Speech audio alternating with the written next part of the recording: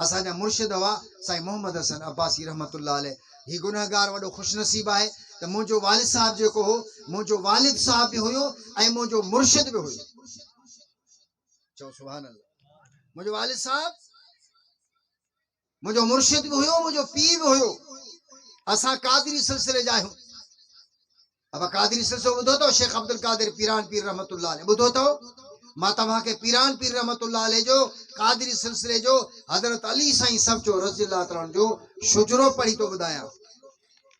ही गुनाहगार अब्दुल जब्बार जो मुर्शिद साईं मोहम्मद हसन, साईं मोहम्मद हसन जो मुर्शिद साईं अहमद अली लाहौर वारा ऐं साईं हमादुल्लाह हाले जी। इन जो मुर्शिद साईं ताज महमूद अमरोट वारो। इन जो मुर्शिद मोहम्मद सिद्दीक भरचूंडी शरीफ वारो। इन जो मुर्शिद शाह हसन सोई शरीफ वारा।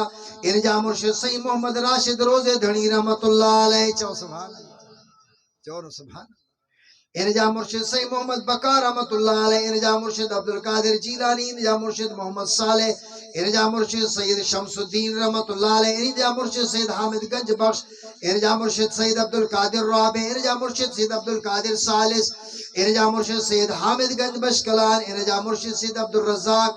इन जा मुर्शिद सैयद अब्दुल कादिर। इन जा मुर्शिद सैयद मोहम्मद खौस गीलानी। इन जा मुर्शिद सैयद शमसुद्दीन। इन जा मुर्शिद सैयद शामी। इन्हीं जा मुर्शिद सैयद अली। इन जा मुर्शिद सैयद मसूद। तवज्जो। इन जा मुर्शिद सैयद अबुल अब्बास। इन जा मुर्शिद सैयद सफीउद्दीन। इन जा मुर्शिद शेख सैफुद्दीन। इन जो मुर्शिद शाह मुहिउद्दीन अब्दुल कादिर जीलानी रहमतुल्लाह अलैह। इन जा मुर्शिद पीरान पीर रहमतुल्लाह अलैह जा मुर्शिद साईं अबू सईद मुबारक। इन जा मुर्शिद अबुल हसन। इन जा मुर्शिद अबुल फरा। इन जा मुर्शिद अब्दुल वाहिद। इन जा मुर्शिद अबू बकर शिबली। इन जा मुर्शिद जुनैद बगदादी। इन जा मुर्शिद सिर्री सख्ती। इन जा मुर्शिद मारूफ करखी। इन जा मुर्शिद दाऊद ताई। इन जा मुर्शिद हबीब अजमी। इन जा मुर्शिद हसन बसरी। हसन बसरी जा मुर्शिद अली मुर्तजा। अली जा मुर्शिद मोहम्मद मुस्तफा सल्लल्लाहु अलैहि। माना हिन गुनहगार खां वठी हुजूर पाक सल्लल्लाहु अलैहि वसल्लम ताईं शुजरे में अल्हम्दुलिल्लाह हिन गुनहगार जो 49 नंबर है। तहां में जिक्र कंदो मुर्शिद वठंदो। मुर्शिद वठंदो। मुर्शिद जी अहमियत ही जेको 13 सिपारो इन जी सूरह इब्राहिम पढ़ी थम। इजाजत है 2 मिनट सिर्फ इन जो तर्जुमो कया तव्हां खे भी निस्बत में हुजूर साईं सा गंढे छड्या। चओ सुभान अल्लाह। गंढिया तव्हां खे हुजूर साईं सा कादरी सिलसिले में पीरान पीर के मञो था न, अली साईं के मञो था न, तव्हां खे सिलसिले में हुजूर साईं ते पुॼाए थो। मां जेका आयत पढ़िया खुतबे में हाणे तकरीर में ख़त्म करण वारो आहियां। तव्हां परेशान न थियो। 10:30 थी मुनो कलाक थी 13 सिपारो सूरह इब्राहिम। अल्लाह फरमाए अब कलमो तो पढ़ो सभई पढ़ो मर्द औरतूं सब पढ़ो। औरतूं जेके घर में तवज्जो सां पढ़न तहांजी मायरुनि भेनरुनि जी खिदमत के भी अल्लाह कबूल कराए। हुजूर साईं जे ज़माने में भी औरतुनि कुर्बानी ॾिनूं। औरतुनि बच्चा कुर्बान कराया, बच्चा यतीम करायूं, पाण बेवा थियूं, पर कलमो तव्हां असां ताईं पुॼायूं। केतिरनि हिन क़ुर खे तव्हां असां ताईं पुॼण जे लाइ केतिरनि बुज़ुर्गनि जूं कुर्बानियूं, औलिया अल्लाह जूं कुर्बानियूं। हिन क़ुर में अल्लाह फरमाए थो मसल कलिमतिन तय्यबतिन का शजरतिन तय्यबा। अल्लाह फरमाए थो कलमे जो मिसाल हिन वण वांगुरु आहे। हे वण ॾिसो भाई छा जो वण आहे? ॻाल्हायो महिरबानी कयो ॿुधायो छा जो वण आहे? छा जो आहे? आख़िरी ॻाल्हायो। अदा हे निम जो वण आहे जेको तव्हां सां कलमो पढ़ियो आहे। हिन कलमे जी मिसाल अल्लाह ताला हिकिड़े वण सां थो ॾे। अल्लाह फरमाए थो मसलो कलिमतिन तय्यबतिन का शजरतिन तय्यबा। अल्लाह फरमाए थो जाफर खान जे ॻोठ वारो पसगिरदाई वारो तव्हां जेको कलमो पढ़ियो आहे ला इलाहा इल्लल्लाह मुहम्मदुर रसूलुल्लाह, इन जो मिसाल हिन वण वांगुरु आहे। अल्लाह साईं वण वांगुरु कीअं आहे? अल्लाह फरमाए जॾहिं वण तव्हां पोखियो था त हेतिरो बूटो हूंदो आहे। अब एतिरो हूंदो न, नंढो बूटो हूंदो, उनखे खोटे करे पाणी ॾेई तव्हां पोखियो।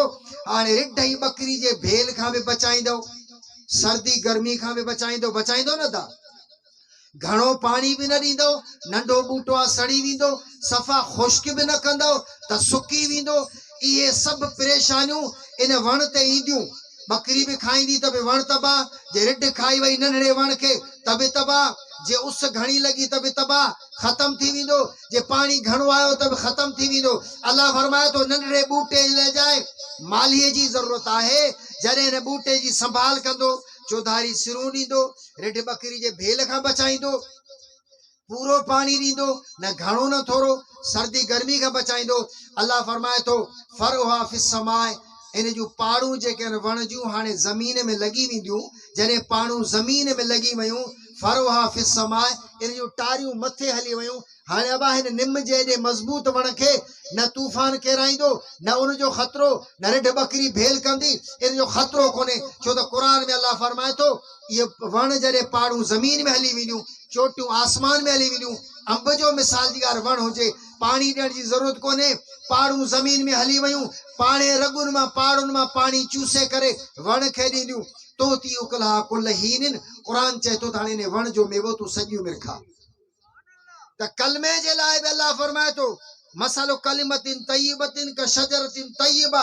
सूरह इब्राहिम में अल्लाह फरमाए थो ओ वो जेको कलमो तव्हां मर्दन और तुंहिंजे दिलि में आहे, पढ़ो ला इलाहा इल्लल्लाह मुहम्मद रसूलुल्लाह।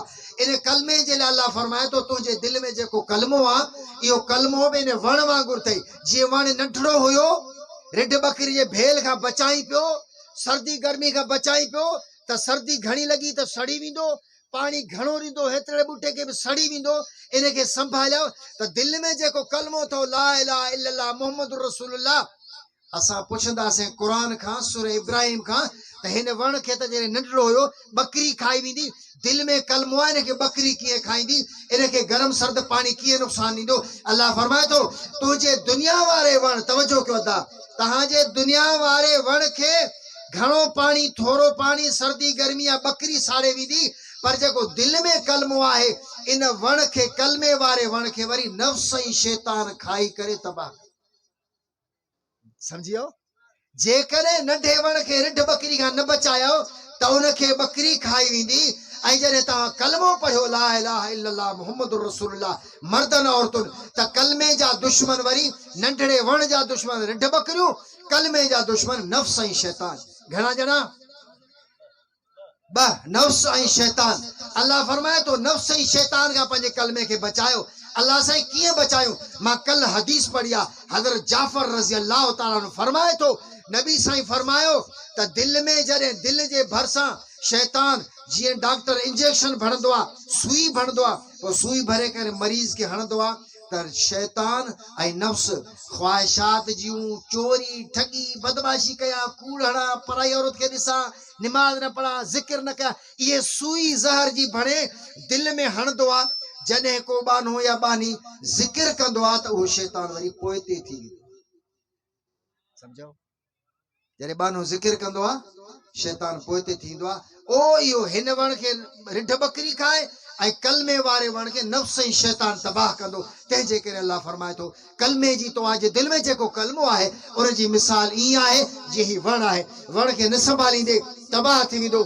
तयारु थी वियो, तोखे सॼी उमिरि इहे अंब बि ॾींदो, सूफ़ जो वण सूफ़ ॾींदो, अंगूर जो वण अंगूर ॾींदो, जहिड़ो वण हूंदो तोखे मेवो ॾींदो। क़ुर चए थो कलमे जो वण अहिड़ो आहे जॾहिं हिनखे संभालींदे, नफ़्स ऐं शैतान जे हमले खां बचाईंदे। अज़ान अचे, कलमे वारी औरत हुजे, कलमे वारो मर्द हुजे, सभिनी कमनि खे छॾे करे निमाज़ पढ़े, रमज़ान में रोज़ा रखे, पराए मर्द खे औरतूं न निहारनि, मर्द पराई औरतूं न निहारनि। इहो आहे कलमे जी हिफ़ाज़त। जॾहिं कलमो तुंहिंजो अहिड़ो थी वेंदे, निमाज़ पढ़ी तस्बीह खणी ला इलाहा इल्लल्लाह साईं मोहम्मद यासीन जी ज़िक्र करायो, जॾहिं ज़िक्र कंदे वेठो हिते हूंदे, अखियूं बंदि करे मुराक़बो कंदे, तुंहिंजी अर्श मौला ते नज़र पवंदी। इहो कलमो इहो आहे तोती उकलहा कुल हीन बेज़ना फरहा फिस समाए, तुंहिंजे कलमे जे वण जूं टारियूं आसमान ते हली वेंदियूं।